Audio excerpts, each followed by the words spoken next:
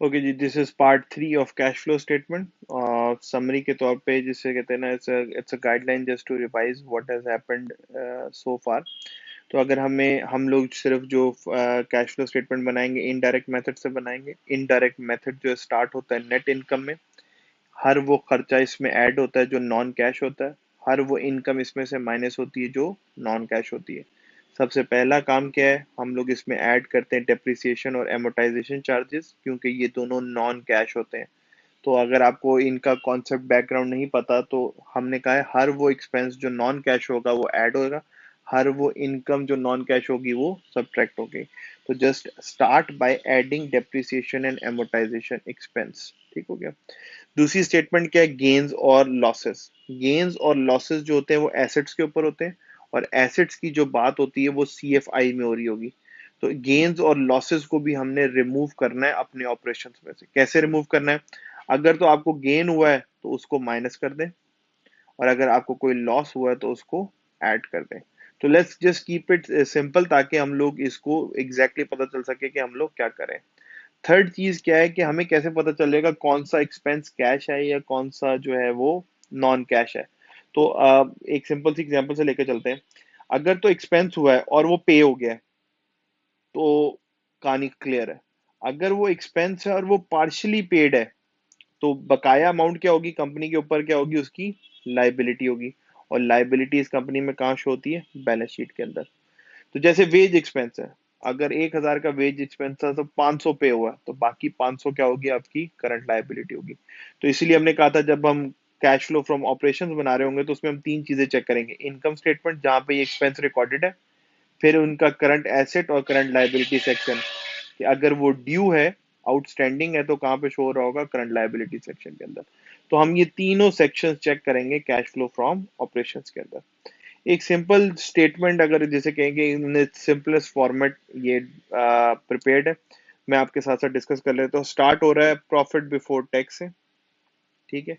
उसमें ऐड कर रहे हैं नॉन कैश चार्जेस, सबसे पहले डेप्रिसिएशन, ठीक है। फिर हमने उसमें इन्वेस्टमेंट इनकम ऐड की, क्योंकि इन्वेस्टमेंट इनकम का आएगी, कैश फ्लो फ्रॉम इन्वेस्टिंग में आएगी। इंटरेस्ट का एक्सपेंस एक्सपेंस ऐड किया, और हमने जो है वो पेमेंट माइनस की। अच्छा, लेट्स सपोज अगर मुझे पता ही नहीं कैश कितना पे हुआ, कैश फाइंड किया जा सकता है। फाइंड करने का आसान तरीका है, हम स्टार्ट करेंगे कि साल के शुरू में उससे रिलेटेड कोई बैलेंस आउटस्टैंडिंग था या नहीं था। ये अमाउंट हमें कहाँ मिलेगी, बैलेंस शीट में मिलेगी। और बैलेंस शीट में कहाँ मिलेगी, अगर टैक्स से रिलेटेड है तो करंट लाइबिलिटीज में मिलेगी। प्लस इस साल का इंटरेस्ट एक्सपेंस कितना था। इस साल के जो एक्सपेंसेस होते हैं वो हमें कहाँ पे मिलते हैं, प्रॉफिट एंड लॉस अकाउंट में। माइनस हमने इस साल कोई ना कोई पेमेंट की होगी। ये पेमेंट जो की होगी हमने किस में की होगी, कैश में की होगी। बकाया अमाउंट कहाँ पे आ जाएगी आपके पास, क्लोजिंग बैलेंस में आ जाएगी। और क्लोजिंग बैलेंस कहाँ मिलेंगे आपको, करंट ईयर की बैलेंस शीट में मिलेंगे, करंट लाइबिलिटीज में, अगर कोई ड्यू है। तो हमें क्या फाइंड आउट करना है कि हमने पेमेंट कितनी की है, क्योंकि कैश फ्लो स्टेटमेंट में सिर्फ पेमेंट है।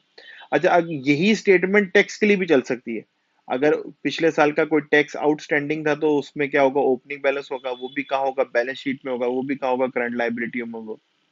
इस साल का टैक्स एक्सपेंस कहाँ लिखा होगा, हमारे पास प्रॉफिट एंड लॉस अकाउंट में लिखा होगा। टैक्स की पेमेंट हमें फाइंड आउट करनी है, वो हम लोग यहाँ से एक्स इसको करके फाइंड आउट कर सकते हैं। और क्लोजिंग बैलेंस अगर कोई है तो वो कहाँ पे गिवन होगा, इस साल की बैलेंस शीट के अंदर गिवन होगा। तो what we need to find out is कि हमारी पेमेंट्स कितनी है, हमारे पास से कैश इन और कैश आउटफ्लो कितना है। तो ये जो दो स्टेटमेंट्स बनाई हैं, this works for every situation. किसी भी सिचुएशन में कोई भी टी अकाउंट हो, इन सिचुएशन पे बन सकता है। और सिचुएशन अगर हम और जनरलाइज कर दे, opening balance plus increase minus decrease is equal to closing balance. This can work for any of the accounts listed in income statement या बैलेंस शीट। ओके, देन क्या हुआ, फिर हम ऊपर गए, हमने जाके चेक किया इन्वेंट्रीज अगर इंक्रीज हुई हैं तो हमने कहा जी माइनस हो गया। फिर अगर हमने कहा जी पेबल्स इंक्रीज हुए हैं तो हमने उसको प्लस कर दिया। रिसीवेबल्स अगर ज्यादा हो गए तो इसका मतलब क्रेडिट सेल ज्यादा हुई है, तो हम उसको क्या करें, माइनस।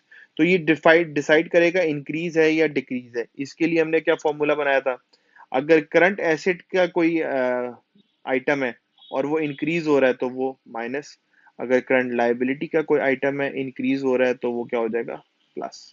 ठीक है, लाइबिलिटी ज्यादा हो रही है इसका मतलब मैंने लोगों के ज्यादा पैसे देने हैं, वो पैसे मेरे पास पड़े होंगे तो इसको प्लस इसलिए कंसिडर कर लो। और अगर एसेट ज्यादा हो रहे हैं इसका मतलब मैंने अपने पास चीजें ज्यादा की हैं, मेरे पास से पैसे गए हैं, तो ये क्या होगा, minus, just for the sake of understanding. तीसरी चीज क्या है, एक्सपेंसेस और होते हैं और पेमेंट्स और होती हैं। ये अभी हम डिस्कस करते हुए आए हैं, पूरी की पूरी बात इसी के गिर्द जो जिसे कहते हैं ना, जो प्रॉब्लमेटिक चीज है वो यही बनती है कि आपने एक्सपेंसेस में तो लिखा है कि मैंने 1,000 रुपए की वेजेस का खर्चा हुआ मेरा, लेकिन इसके अगेंस्ट जो पेमेंट है वो डिफरेंट हो सकती है। अगर तो आपने 1,000 पूरा पे कर दिया तो कहानी क्लियर, अगर 1,000 में से 750 पे किया तो 250 कहाँ आ जाएंगी, आपकी लाइबिलिटीज पे आ जाएंगी। इसी तरह बैंक भी आपको कह सकता है कि इंटरेस्ट का एक्सपेंस पे करें, मेरा 5,000 का इंटरेस्ट का एक्सपेंस है, अगर आपने उसमें से 4,000 पे किया तो बकाया कहाँ आ रहा होगा, पेएबल्स में आ रहा होगा। तो we can use these accounting equations to find out कि हमने कैश कितना पे किया हुआ। ठीक है, तो ये अकाउंटिंग इक्वेशन जो है, इंटरेस्ट पेड कितना किया, इनकम टैक्स कितना पेड किया, उसके लिए कौन सी अमाउंट्स होंगी, पेमेंट कैश में कितनी कितनी हुई है। ठीक है, नेक्स्ट स्टेप आ गया cash flow from investing activity. इसमें सिर्फ हम लोग, अच्छा ये दोबारा, तो अगर आप यहाँ पे देख लें कैश फ्लो फ्रॉम ऑपरेशंस में क्या क्या यूज हुआ है, इनकम स्टेटमेंट के सारे आइटम यूज हुए हैं। ठीक है, और करंट एसेट्स और करंट लायबिलिटीज यूज हुई हैं। इन्वेस्टमेंट में देख लें सिर्फ property plant and equipment, sale of equipment, यहाँ पे क्या यूज हो रहे हैं, फिक्स्ड एसेट्स यूज हो रहे हैं। ठीक है, यहाँ पे देख लें share capital, long term borrowing, lease liabilities, यहाँ पे क्या चीज यूज हो रही है, long term liabilities and equity section use हो रहा है। रूल ऑफ थंब एक ही है, एसेट्स इंक्रीज हो रहे हैं तो माइनस, एसेट्स डिक्रीज हो रहे हैं तो प्लस, लाइबिलिटीज इंक्रीज हो रही है तो प्लस, लाइबिलिटीज डिक्रीज हो रही है तो माइनस, इक्विटी इंक्रीज हो रही है तो प्लस, इक्विटी डिक्रीज हो रही है तो माइनस। एम क्या है, हर वो एक्सपेंस जो कि आउटफ्लो हुआ है, आपके पास से पैसे गए हैं, वो नेगेटिव में आएगा। हर वो चीज आपके पास जिसमें पैसे आए इनफ्लोज होंगे, और इनफ्लोज हमेशा पॉजिटिव में आएंगे, and you will get is cash generated during the year. ठीक हो गया वो। अब आगे चलते हैं, एग्जाम्पल स्टार्ट करते हैं, that is part of next video. I will see you in example number 1।